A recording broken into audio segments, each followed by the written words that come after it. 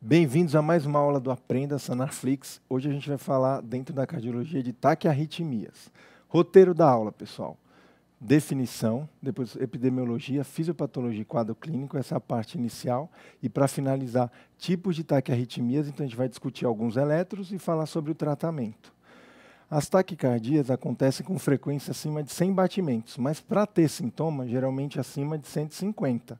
Tá? A gente tem dois tipos principais de taquiarritmias. As chamadas supraventriculares, que acontecem acima do feixe de His, e as ventriculares, que acontecem abaixo do feixe de His. E tem um conceito básico, que é o conceito de frequência máxima. Frequência máxima para determinada idade, 220 menos a idade. Então, você tem 20 anos, se você correr uma maratona, você vai atingir no máximo 200 batimentos. Independente do esforço máximo que você faça, não vai passar disso. Isso é mais ou menos o estipulado para a sua idade. Em relação à epidemiologia, em crianças são mais comuns as taquicardias supraventriculares. Lembrando que crianças podem ter frequências mais altas. Já a taquicardia ventricular, ela acontece em pessoas que têm alteração estrutural no coração.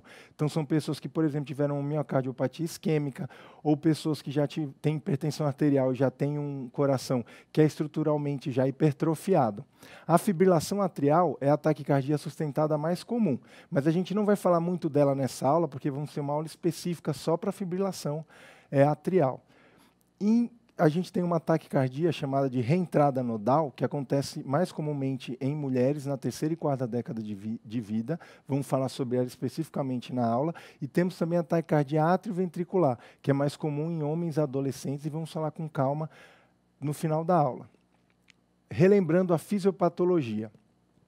O sistema de condução, pessoal, tem os dois nós principais. Nó AV, que está aqui no átrio. Então, a gente vê aqui, ó, átrio direito, perto da entrada da veia cava superior, e o segundo nó, que é o nó AV. O que acontece fisiologicamente? O estímulo é gerado do nó sinusal, tem feixes internodais que comunicam até o nó AV, depois ele passa para a feixe de His, que se divide em ramo esquerdo e direito, e para finalizar tem as fibras de Purkinje no final, que conduzem o estímulo na parte final do ventrículo. Essa é a condução normal, nó sinusal, nó AV, His, Purkinje. O potencial de ação é o que a gente vê na célula, são as modificações que tem no potencial da célula durante um estímulo elétrico. Temos dois potenciais básicos. O primeiro, que é o de cima, é o potencial de uma célula que gera o estímulo, também chamada de célula marca-passo. Geralmente é o nó sinusal. E aqui de baixo são as células que conduzem o estímulo, geralmente de His Purkinje. Então a gente tem as fases do potencial de ação.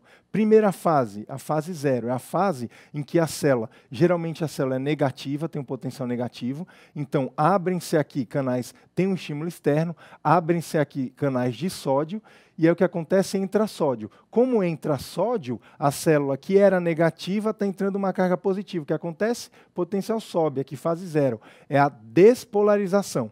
Depois que isso acontece, a célula começa a se repolarizar. Ela vai voltar a ficar negativa novamente. Inicialmente, o que acontece aqui na fase 1? Sai potássio. E na fase 2, o que temos? Continua saindo potássio, mas aqui entra cálcio. Então, fica uma fase de platô.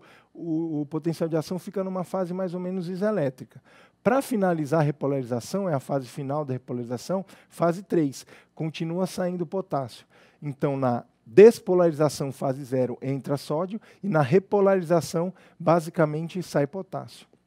E a fase 4? A fase 4 é o chamado potencial de repouso. A célula gasta energia para manter o seu potencial de ação inicial negativo.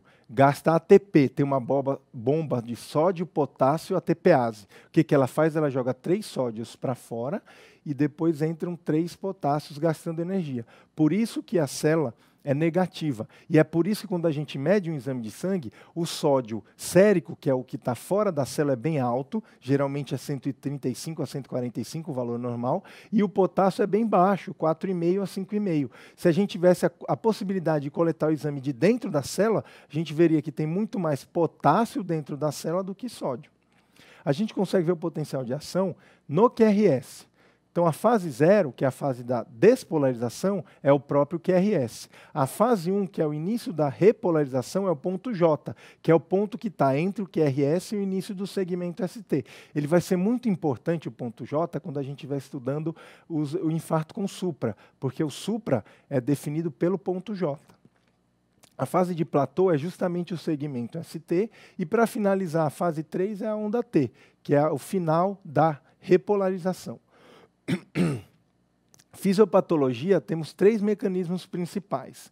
Automatismo anormal, que é o inicial, que é muito importante. O que acontece aqui? A gente tem, repararem, tem um potencial de ação, ele vai aumentando, aumentando, até que acelera bastante, e depois ele desacelera.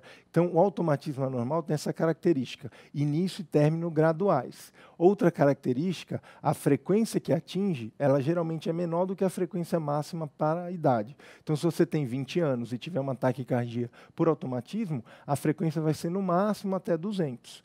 E pode ser secundário a um estímulo adrenérgico. O que eu quero dizer com isso? Pode ser secundário à febre, pode ser secundário a hipertiroidismo, a dor, a ansiedade. A reentrada é um mecanismo um pouco mais complicado, que acontece da seguinte forma. Você tem que ter um estímulo que vai ser conduzido por vias com velocidade de condução diferente. Então, automatismo anormal, qualquer pessoa pode ter. Você que está assistindo a aula aí, vai levantar, vai na cozinha para tomar um copo de água e volta, a tua frequência vai subir por conta do automatismo. Se você faz um exercício físico, vai ficar taquicárdico porque o automatismo acelera muito. Aqui não, aqui você precisa ter vias de condução diferentes, então não é todo mundo que tem isso. O estímulo está vindo do átrio em direção à ris, então aqui para baixo tem o ventrículo. Se tem vias de condução diferentes, o estímulo vai ser conduzido pela via que conduz rápido. Então, ele vem pelo átrio, desce pela via rápida, vai para o ventrículo. Mas se eu tiver um batimento precoce, uma extrasístole supraventricular, é um batimento precoce, ele vai pegar uma das vias no período refratário, geralmente a via que conduz rápido. Então, lembre dessa informação. A via que conduz rápido tem um período refratário longo.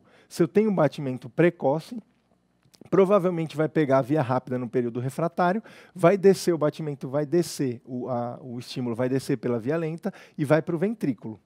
O terceiro passo para acontecer a reentrada, o estímulo vem aqui, desce pela via lenta, e aí ele sobe, se ele chegar aqui e a via rápida estiver fora do período refratário, ele vai subir pela via rápida. E ele desce pela via lenta, sobe pela via rápida. O que aconteceu aqui? Uma reentrada, que é um curto-circuito. Então, eu não preciso de um outro estímulo vindo de cima do átrio para gerar estímulo. Aqui eu tenho um curto-circuito que vai gerando estímulos de forma independente. Quais são as características da reentrada? O início e término, eles são súbitos, então de uma hora para outra ele vai de 70 para 150 batimentos. Geralmente não respeita aquela regrinha de frequência máxima, porque é um curto-circuito, pessoal. E não acontece em qualquer pessoa. Você tem que ter ou uma dupla via nodal, você nasce com uma via a mais no nó ventricular, ou você nasce com um feixe anômalo entre átrio e ventrículo, ou você tem uma cicatriz no coração, seja por infarto, seja por miocardite, ou mesmo uma cirurgia prévia. O último mecanismo é o mecanismo de atividade deflagrada por pós-potenciais. É o mecanismo mais complexo. Como que ele funciona? Aqui eu tenho potencial de ação e eu tenho um abalo na linha de base. Aqui na fase 2, aqui na fase 3, aqui na fase 4 do potencial de ação. Se esse abalo na linha de base, que a gente chama de pós-potencial, tiver um pós-potencial conseguir atingir o limiar para gerar o estímulo, ele vai começar a gerar estímulos independentes. Então, é um pós-potencial que deflagrou um QRS, deflagrou uma atividade. Esse mecanismo é descrito para taquicardia por torção das pontas, ou torsade de Pointes, e também na intoxicação digitálica. Vamos falar do quadro clínico. Principalmente palpitações ou batedeira, a pessoa pode ter dor no peito, dor torácica, né, anginosa muitas vezes, ela pode sentir mal-estar, com dispneia, com falta de ar, e até tontura e síncope, perder a consciência por causa da taquicardia.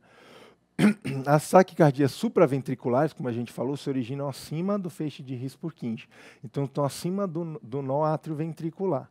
Elas geralmente têm um QRS estreito, por quê? Porque elas descem por His-Purkinje, A gente tem diversos tipos, sinusal, atrial, flutter atrial, fibrilação e as reentradas, reentrada nodal e reentrada AV. Vamos ver os exemplos agora dos eletros. O primeiro da taquicardia sinusal. Então, ritmo taquicárdico, frequência acima de 100, em que você tem uma onda P antes de cada QRS. Dá uma olhada aqui, tem uma onda P antes de cada QRS, e essa onda P tem que ser positiva aqui em D1, derivação D1, positiva na derivação AVF. Por quê? Porque, se vocês lembrarem, o estímulo sai do nosso sinusal. O estímulo saindo do nosso sinusal, ele está saindo lá do átrio direito e vem de cima para baixo. Então, D1, que está à esquerda, vê o estímulo positivo, e as derivações aqui inferiores, D3, D2 e AVF, vê o estímulo também como positivo, porque está vindo de cima para baixo. Então, por isso que a onda P tem que ser positiva em D1, positiva em AVF. Taquicardia atrial também tem onda P. Olha só, eu tenho onda P de cada QRS. Só que essa onda P não é sinusal. Por que ela não é sinusal? Vamos lá, D1. Não consigo ver onda P direito, parece isoelétrica. Mas quando você vai para AVF, olha só, a onda P é negativa. Aqui em D3, negativa. D2, negativa. O que isso significa? Que o estímulo deve estar vindo de baixo para cima. Então, D1 está isoelétrico, mas as derivações inferiores, 2, 3 e F, estão vindo o estímulo fugindo, ele está vindo de baixo para cima. Por isso que eles ficam negativos. Então, não pode ser sinusal. É chamado de taquicardia atrial. E a taquicardia atrial multifocal? São vários estímulos que vêm de vários pontos diferentes. Como que a gente vê isso no eletro? Onda P que vai mudando de morfologia. Ela está mais apiculada, aqui ela fica menos apiculada, aqui ela até ficou negativa nesse outro, aqui ela está menos apiculada, já aqui fica um pouco mais. Então, são pelo menos 3 morfologias diferentes na mesma derivação. E geralmente é um ritmo irregular, diferente dos outros que a gente viu, porque está vindo estímulo de baixo, de cima, da esquerda, da direita, de vários focos, multifocal. Flutter atrial. Flutter atrial é uma taquicardia que acontece por reentrada. O que a gente vê no eletro? Isso aqui, ó, é um serrilhado, pessoal. Isso aqui parece um serrilhado na linha de base. Olha só. Esse serrilhado acontece por uma reentrada que acontece no átrio direito. Então, a característica do flutter atrial, ele tem um serrilhado. Geralmente, a frequência do flutter fica em torno de 150, uma frequência bem alta. E olha o que a gente vê aqui. Mecanismo do flutter. Eu tenho uma reentrada no átrio direito, sobe, o estímulo está subindo entre os átrios, desce na parede livre e passa por essa região aqui, que tem uma condução lenta na região do ínfimo cavo tricuspídeo, entre a veia cava inferior, a válvula tricúspide. Como aqui conduz lento, tem substrato para fazer reentrada. Então, flutter atrial. A fibrilação atrial, por sua vez, é um ritmo irregular que não tem onda P. Eu tenho uma linha reta ou um tremor na linha de base. A gente vai ver com detalhe o flutter atrial numa aula subsequente. E as taquicardias supraventriculares também pode ser por reentrada nodal. Então, quando a gente olha esse eletro aqui, a gente vê um ritmo taquicárdico, QRS regular estreito, mas não tem onda P. Se não tem onda P, eu não posso falar de taquicardia sinusal nem atrial. Se não tem serrilhado, eu não posso falar em flutter. Como está regular, também não é fibrilação atrial. Então, o que é? Eu não sei, eu chamo de taque supraventricular. Mas se olhar com calma de novo, aqui é no detalhe. Ó. Eu vejo que no final do QRS, eu tenho uma onda negativa aqui nas inferiores. Ó, né? Parece uma onda S, é um RS. A gente chama isso de pseudo-S, e aqui em cima em AVR, pseudo-R. Por quê? Porque quando eu vejo o eletro fora da taquicardia, é como se eu pegasse uma borracha e apagasse. Ó. Cadê aquela onda S? Sumiu. Cadê aquela onda R aqui em cima? Sumiu. Por quê? Aquilo, na verdade, era a onda P que estava caindo depois do QRS por causa do mecanismo de reentrada. O estímulo desce para o ventrículo e sobe para o átrio. Então, ele desce primeiro para o ventrículo, QRS, depois sobe para o átrio, é uma onda P chamada retrógrada. Isso é taquicardia por reentrada nodal. Como eu disse, é mais comum em mulheres na terceira e quarta década de vida. E a taquicardia por reentrada atrioventricular. Mecanismo de reentrada. Então, olhem esse eletro aqui, pessoal. O que chama muita atenção é que a frequência aqui, se a gente contar, vai dar em torno de 300, um pouco menos de 300, 290 e 80. Frequência alta nesse nível é reentrada. Lembra? O automatismo respeita mais ou menos a frequência máxima. Então, isso é um mecanismo de reentrada. Por que eu estou dizendo que é atrioventricular? Por causa do eletro fora da crise. Então, o mecanismo é isso aqui, ó. Eu desço o estímulo pelo nó AV His-Purkinje e ele sobe pelo feixe anômalo. Então, para ter reentrada, eu tenho que ter isso aqui, é uma passagem entre átrio e ventrículo, é o chamado feixe anômalo. E assim eu fecho um circuito de reentrada entre átrios e ventrículos. Por isso que o nome é taquicardia por reentrada átrio-ventricular. O eletro fora da taquicardia, diferente lá da reentrada nodal, que o eletro é normal, aqui não, aqui eu tenho um eletro com a chamada pré-excitação. O que é pré-excitação? Eu tenho um PR curto, ó, a onda P está colada no QRS e o início do QRS é lento, tem a chamada onda delta. Por que isso acontece? Onda delta, PR curto? Porque eu tenho, olha só, um feixe anômalo, então olha só, tem um feixe anômalo e o nó AV normal. O estímulo, quando sai aqui do átrio, ele vai descer pelo nó AV e ele também vai descer pelo feixe anômalo. Como o feixe anômalo não tem aquele delay do nó AV, porque o nó AV tem um delay, um atrasinho, para deixar o ventrículo encher. O feixe anômalo não, o estímulo que chega desce. Então a onda P fica colada aqui, ó, tem um PR curto. E a onda delta, o início da condução é pelo feixe anômalo. Então o início do QRS é lento, está descendo pelo feixe anômalo. Ele só vai ser rápido quando ele começa a descer por His-Purkinje, que demora um pouquinho. Então o PR fica curto, tem a onda delta, início longo, e geralmente altera a repolarização. Esses são os elementos da pré-excitação. Quando eu tenho pré-excitação no eletro de base e faço uma taquicardia atrioventricular, isso é chamado de síndrome de Wolff-Parkinson-White. É a pré-excitação com taquicardia.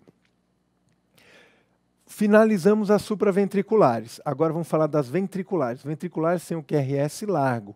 Quando eu falo largo, ele tem mais de 3 quadradinhos, mais de 120 milissegundos. Nem sempre o QRS largo é ventricular. Eu posso ter uma supraventricular que conduz por His-Purkinje mais lento. Exemplo, se tem um bloqueio de ramo esquerdo ou se tem um bloqueio de ramo direito. Para diferenciar, eu precisaria usar algoritmos, Brugada, Vereckey, dos Santos. Esses algoritmos não são fáceis de aplicar. Por isso que, se você vir uma taquicardia com QRS largo, pense em taquicardia ventricular. Você vai acertar em cerca de 80% das vezes. Então é melhor chutar no que é mais provável, que é taquicardia ventricular. Pode ser taquicardia supraventricular com aberrância? Até pode, mas isso é mais raro e mais difícil de diagnosticar. Temos alguns tipos de taquicardia ventricular. Primeiro é o chamado taquicardia monomórfica, quando o QRS tem a mesma morfologia, ele é regular.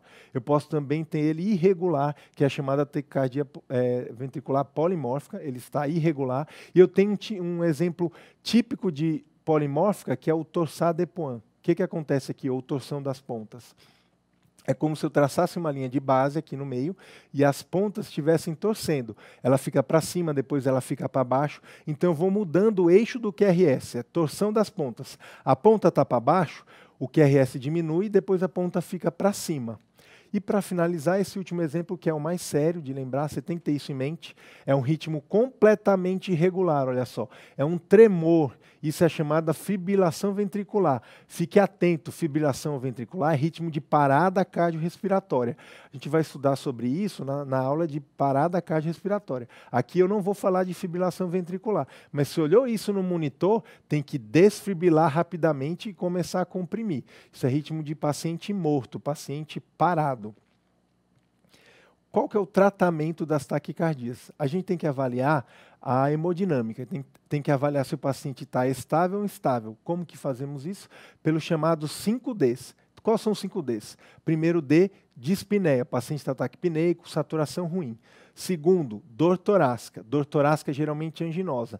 Então, se o paciente está taquicárdico, às vezes ele tem palpitação, mas não é palpitação que eu estou falando de dor. Então, tente diferenciar. Você está realmente com dor, está apertando, está incomodando, ou é a palpitação, coração acelerado? É importante diferenciar isso. Desmaia, o paciente sincopa, diminuição do APA, geralmente a gente usa 9/6, e diminuição do nível de consciência. Qualquer coisa diferente de Glasgow 15. Paciente que está desorientado no tempo e espaço, não abre o olho, não responde a um comando simples.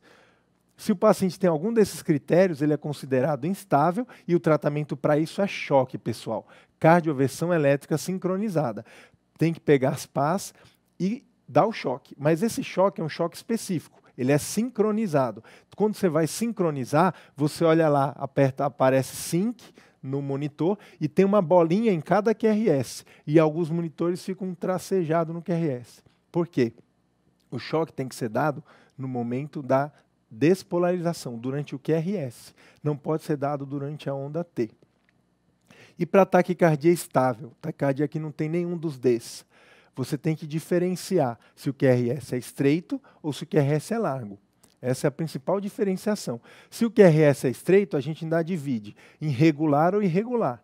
Então, QRS estreito geralmente é supraventricular. Se for regular, qual que é a conduta? Primeira conduta, manobra vagal. Você vai fazer ou massagem no seio carotídeo ou manobra de Valsalva. Pede para o paciente soprar contra a mão, fazendo força com a glote fechada para aumentar a pressão no tórax. Isso estimula o nervo vago e causa bradicardia. Se não respondeu à manobra vagal, você usa adenosina, que é uma droga que bloqueia o nó AV. Com isso você consegue resolver a taquicardia estável com QRS estreito regular. E se for irregular, o que é? Provavelmente é FA. E aí você vai partir para controle de frequência. Outras condutas a gente vai ver com mais calma numa aula específica. Se o QRS é largo, provavelmente é TV. Aí, calma, né? Muita calma. TV é grave. Se é regular, provavelmente é uma TV monomórfica. O que você vai fazer? Primeiro passo é fazer a amiodarona, que é um antiarrítmico. Se ele não responder, você vai ter que cardioverter. E se for irregular, é uma taquicardia ventricular polimórfica. Aí é muito grave, pessoal. Taquicardia ventricular polimórfica, você tem que resolver rápido. Então a gente vai partir para desfibrilação. Como é um ritmo muito irregular, a gente não consegue sincronizar. Então você desfibrila.